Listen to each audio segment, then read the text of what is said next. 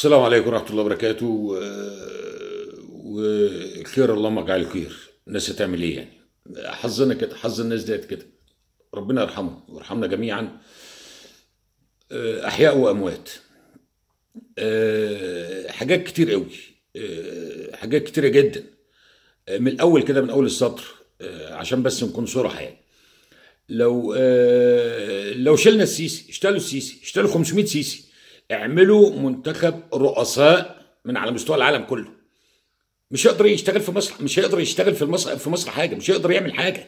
مش البلد خرابه، البلد خرابه، البلد خرابه. بقول لو جبنا منتخب رؤساء من على مستوى العالم كله، زي منتخب كرة القدم، زي اي منتخب من العالم كله، عشان يمسك البلد ديت، مش هيقدر يعمل حاجه. ده من اول السطر، لان البلد خرابه، البلد خرابه. الارض التحتيه او البنيه التحتيه بتاعت البلد خرابه، بما في ذلك البنيه التحتيه بتاعت البني ادم، بتاعت الانسان. دي رايحه، دي خلصت، دي اللي مش هنتكلم فيها خالص. انا هتكلم في حاجات تانية خالص. البهوات، والجرايد الالكترونيه، والناس اللي شيرت، والناس اللي عماله تشير في حرايق، في الناس اللي بتتحرق. حرام، كفايه. انتوا ايه؟ انتوا كفره، انتوا ظلمه. انت ترضى الكلام ده على اختك؟ انت ترضى الكلام ده على امك؟ انت ترضى الكلام ده على ابنك؟ انتوا دمكم ما اتحرقش، انتوا دمكم ما يتحرقش. اشتغلوا الحاجات دي من على الفيسبوك بتاعكم. ابو الفيس لابو يامو الفيس لابو اللي مسككم موبايلات عليها كاميرا فيديو او كاميرا تصوير، يعني حاجه تقشعر لها الابدان. اول فيديو شفته، ولد ماشي بيصور فيديو العالم على الرصيف، على الصفين، على الصفين، شمال ويمين، عالم كتير جدا، والواد ماشي بيصور. وفي وسط ده كله في راجل مسكين او واحده ست منتفخ من النار، واتحرق خلاص، تفحم، والنار لسه ماسكه في رجله لحد خنقه رجله كده من تحت، ما وصلتش السمانه، لان ده كله اتحرق، وهي المنطقه دي يا عيني هي اللي مولعه. حد ابن حلال ينزل يرمي عليه جورنال، ينفخ. لو نفخ في الهواء ده، في النار دي، زي ما بينفخ في سيجاره، هتنطفى. واقفين يتفرجوا على ايه؟ انتوا واقفين بتتفرجوا على ايه؟ ماشي، جميل. كان في وسط الدراما دي كلها، في وسط المشهد الجميل ده كله، المشهد المقرف ده كله، كان في عيال ولاد حلال طلعوا يجروا، جابوا ميه، حبوا يطفوا، يعملوا اي منظر. هو ده الطبيعي، هو ده الطبيعي. انت ما انت السوبرمان، برغم ان انت ظهرت سوبرمان في نفس المعجنه دي، في نفس المفرمه دي، بقيت انت سوبرمان. انت انسان طبيعي. لكن اللي واقفين دولت هم اللي مش طبيعيين. انا هتكلم بعيد عن الكلام ده كله، انا هتكلم في حته تانية خالص.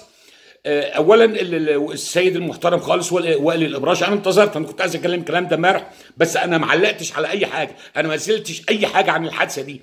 كل اللي انا شتمت الولد بتاع الفيس، بتاع السيلفي اللي رايح وجابوه بعد كده على التلفزيون والاخبار والحاجات دي كلها، يقول لك اصل انا كنت بتصور عشان ابويا، وانا كنت بساعد وبنقل وكذا، وابويا عايز يطمن عليا فبعت له الصوره. صوره ايه يا ابن الصوره؟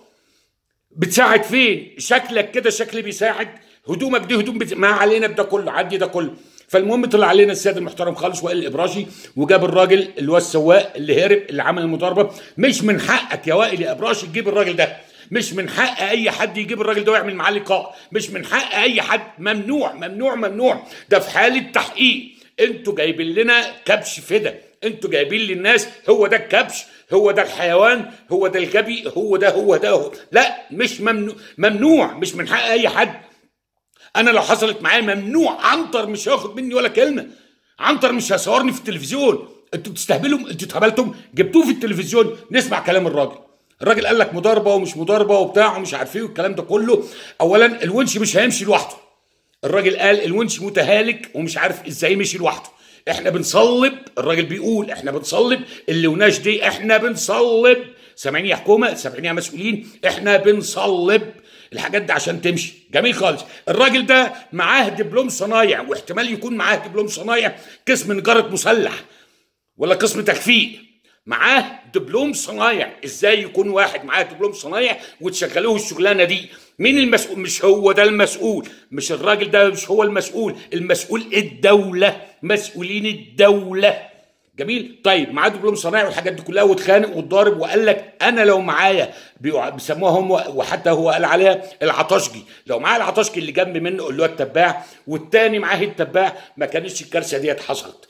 حصلت الكارثه ونزل وشتموا ومسكوا في بعض والحاجات دي كلها. انا معاك في ده كله، ده الكلام ده كله حصل على عيني وعلى راسي، وانا هضطر مؤقتا ان انا اسلطه، زلطته. القطر مشي لوحده، اما اتصل على الراجل بتاع السنترال اللي ماسك الحركه. كلنا عارفين اي دخلت محطه كبيره زي ديت عباره عن شبكه، مش اي قطر ويروح في اي مكان يروح في اي حته، لا ده معروف كويس جدا. الراجل اللي قاعدين في غرفه التحكم هم اللي بيتحكموا في الحته دي، بيقوم موصل ده على ده علشان ده يخش هنا وده يخش هنا وده يروح هنا. جميل. الغرفه الكبيره دي، الكابينه الكبيره دي زي كابينه المطار، زي البرج بتاع المراقبه بتاع، المهم ما علينا كله. اتصل عليه قال له طب هشوف، الحقني القطر مشي بتاع مش عارف ايه، قال له طب هشوف، طب شويه، وقام اتصل عليه الخط قطع والراجل ما عادش بيرد عليه. كارثه، ادي كارثه. الراجل السواق ده برضه مش مسؤول عنها. انا الموضوع ده كله فيلم، وفيلم بليد، وفيلم بطيء، وفيلم ما يقدرش يعمله، يعني يخجل يعمله عيل في الابتدائيه. المهم مش القطر. طيب مش القطر، انا راجل تقني، انا راجل بركب عربيات، انا راجل بركب قطوره، بركب طيارات، بركب الحاجات دي كلها. هو ظبط يعني قال لك 2 كيلو متر. جميل خالص، نمشي في ال 2 كيلو متر. ال 2 كيلو متر استحاله هيوصلهم الونش ده لحد المكان ده بالسرعه دي. الونش ده مشي مخطط له ان هو داخل المكان، ركزوا، داخل المكان ده. الراجل السواق قال ايه؟ قال ان هو رايح يجيب قطر عشان يوديه ينظفه ويظبطه للرحله اللي بعدها. مع ان احنا كركاب لما بنيجي نركب القطر ما بنلاقيش فيه، يعني بنلاقي كوم زباله. يعني هم بقى كان المفروض انهم واخدين القطر عشان يحطوا فيه زباله فوق الزباله اللي هو فيه ويرجعوه تاني. المهم فالراجل كان رايح ياخد قطر. جميل. الراجل خد مشي، وكان طب يعني الخط الاتجاه ده مشي ازاي؟ المفروض ان هو رايح يجيب قطر، والغرفه العمليات مظبطه له ان هو رايح يجيب قطر، مظبطه له القضبان ان هو رايح يجيب قطر. جميل. بس ده ما راحش جاب قطر، ده دخل في رصيف فاضي نهايته خرسانيه. مع ان اللي يفتح الصوره بقى ويكبرها اكتر هيلاقي فيه صدامات خرسانيه ابعد من دي بكتير، يعني قبل المحطه بكتير. ليه بقى؟ لان هي اتظبطت كده ان الونش ده يخش اقرب مكان في المحطه من جوه عشان يدعجن الدنيا ويجيب العالي واطي. جميل. طيب الناس كلها والجرائد الالكترونيه كلها قال لك دخل بسرعه 86 كيلو في الساعه.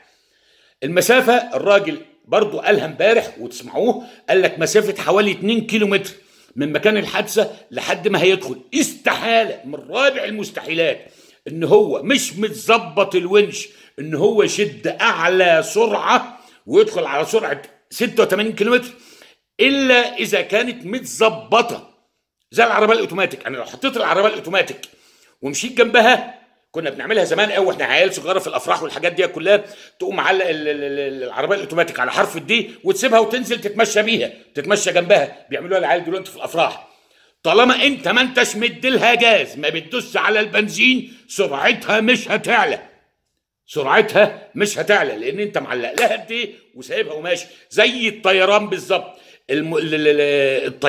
الطيار ساعات البيت طيار بيعلق الاوتوماتيك بتاع الطياره ويسيب الكابينه كلها ويخرج يسلم على الناس ويتكلم مع الناس في الطياره. اذا وبناء عليه لو ما كانتش معمول للونش ان هو يدخل بالسرعه 86 كيلومتر في الساعه، استحاله يحصل اللي حصل دوت. جميل. مش هيمشي لوحده بالسرعه دي. طيب ليه دخل هنا بقى بالذات لجوه قوي كده زي ما قلنا؟ علشان ياخد اقوى سرعه له، عشان يعمل اقوى نسبه تخريب. طيب انا برضو بصفتي راجل بفهم في البنزين، بفهم في السولار، بفهم في الميه، بفهم في المواد المشعه او سريعه الاحتراق. كل افلام الدنيا وياما شفت عليها برامج يقول لك العربيات اللي بتصطدم في الافلام ديت علشان تعمل الانفجار ده وتولع في ساعتها، ده كله فنص. ليه بقى؟ لان الاصطدام مش هو اللي بيعمل حاجه دي. جميل، الا لما يكونوا حاطين فيها مسبقا ماده سريعه الاشتعال، بيظبطوها هم بقى بالريموت كنترول والجعر ده كله بحيث انها تنفجر. اوكي طيب، القطر دخل ولبس وهنصدق كلام السواق والحكايه دي كلها والروايه دي كلها. استحاله في لحظه الاصطدام ديت يطلع او تطلع ان ده سولار، ده سولار.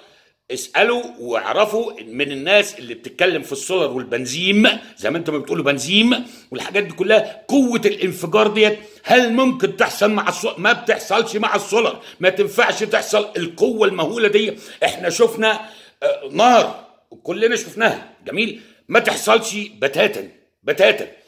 ماشي، انا حمار وده كله حصل وده كله حصل وده كله حصل. برضو نرجع للقنوات الفضائية وخلافه، مطلعين لنا فيلم بليد أبلد منه ما أنا ما شفتش ومش هشوف واستحالة أشوف. عيب، حرام، غلط إن أنتوا تلعبوا بعقول الناس، ما تلعبوش بعقول الناس أكتر من كده. يا جهلة يا جهلة يا جهلة. المهم طلع علينا قال لك هي ديت بقى الفيديو بتاع المضاربه والجعر بتاعهم البلدي ده البليد ده الرخيص ده وخلافه. مين فينا فكر ان هو يبص في الشاشه بتاعه المضاربه، شاشه التصوير بتاعه المضاربه فوق على الساعه؟ ما حدش. بصوا الساعه وشوفوا، ما هتبص تلاقوا الساعه بالظبط الساعه 9:52 وكم ثانيه من اول ما بدات المعركه، من اول ما بدا الفيديو يشتغل، قبل ما لسه ما تحصل المعركه بقى بعد كده الساعه 9:54 والحاجات دي كلها. شوفوا الساعه اللي فوق.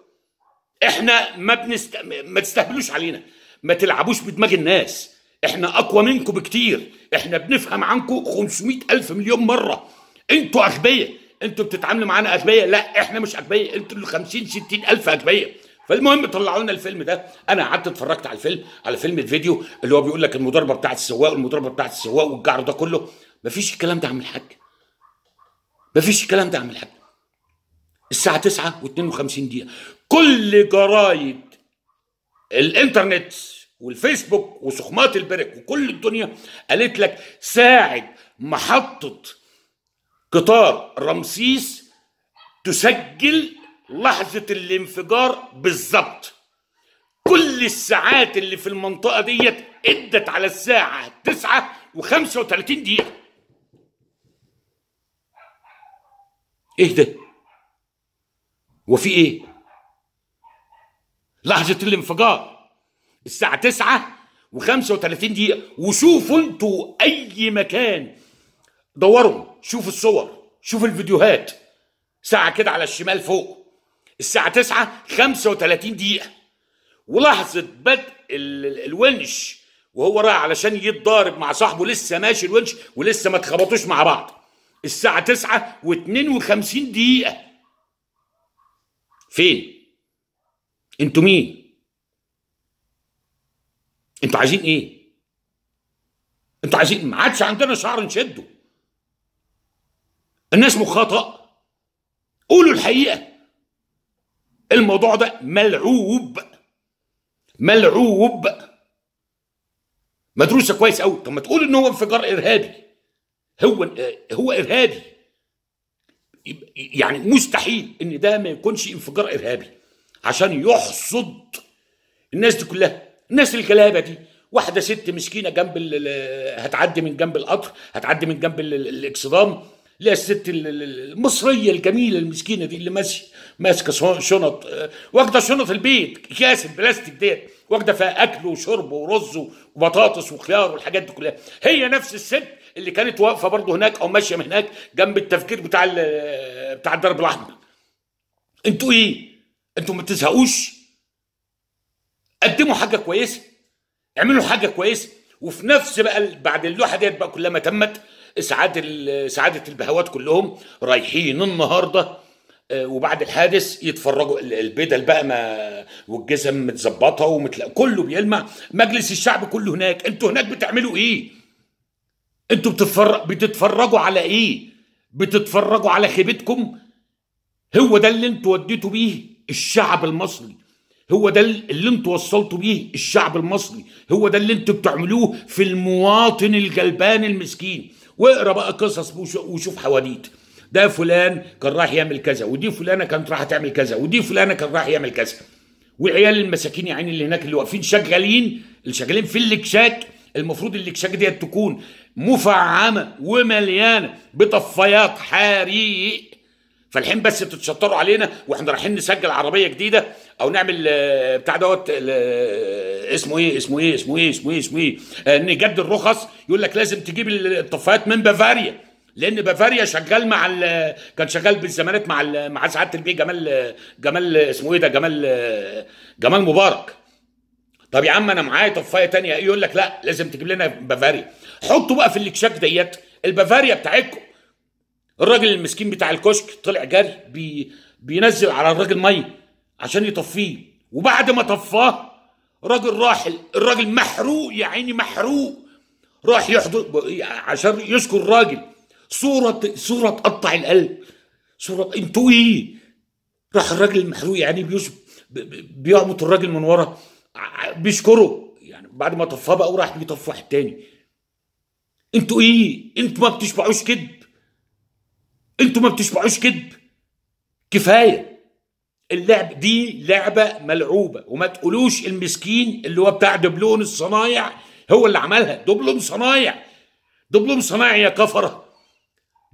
وشغال بقاله 25 سنه دبلوم صنايع، بيسوق ونش، يقول لك ونش متهالك. ضحك. بلاش، الموضوع ملعوب وما تلعبوش بدماغ الناس اكتر من كده. في كلام كتير قوي لسه هيتقال، انا لا كتبت ولا قلت، بس انا مفجور، انا هنفجر، انا هطق من جنابي، انا لازم اقول الكلام ده. فكفاياكم لعب بالناس. وطلعوا بقى اولاد الحرام اللي هم اياهم، اللي قاعدين في قطر واللي قاعدين في تركيا. وكان معتز مطر امبارح كان بيطلب ثوره يوم الاربعاء، يقول لهم يلا يا مصريين. والقنوات الفضائيه بتاعتنا بنت الخايبه راح تصور له، لانهم اشاعوا بقى، طلعوا اشاعات بقى ان المصريين عاملين مظاهرات في مجمع عند التحرير وبتاع مش عارف ايه، والحاجات الخايبه بتاعتنا. نزلوا امبارح التحرير عشان يصوروا من التحرير، عشان يصوروا للناس ان لا احنا ما عندناش ثوره وما عندناش مظاهرات وما عندناش الحاجات دي كلها. انتوا ما انتوش مظبوطين ليه؟ اعدائكم كتير من جوه ومن بره. اظبطوا الدنيا شويه، زي ما بندفع مليارات هناك في العاصمه الاداريه الجديده، وانا فخور وانا عمال بتفشخر بيها من هنا للسنه الجايه. وسعاده البيه مدبولي وهو راح يحط حجر الاساس اللي هيتبنى لاكبر برج في افريقيا، اعلى برج جميل حلو وزي الفل، ومسجد الفتاح والكاتدرائيه الجديده، ومدينه على احدث مستوى، مدينه ذكيه جميل. بس انا عايش في مدينه غبيه. انت ليه تعمل لي مدينه ذكيه وانا عايش في مدينه غبيه؟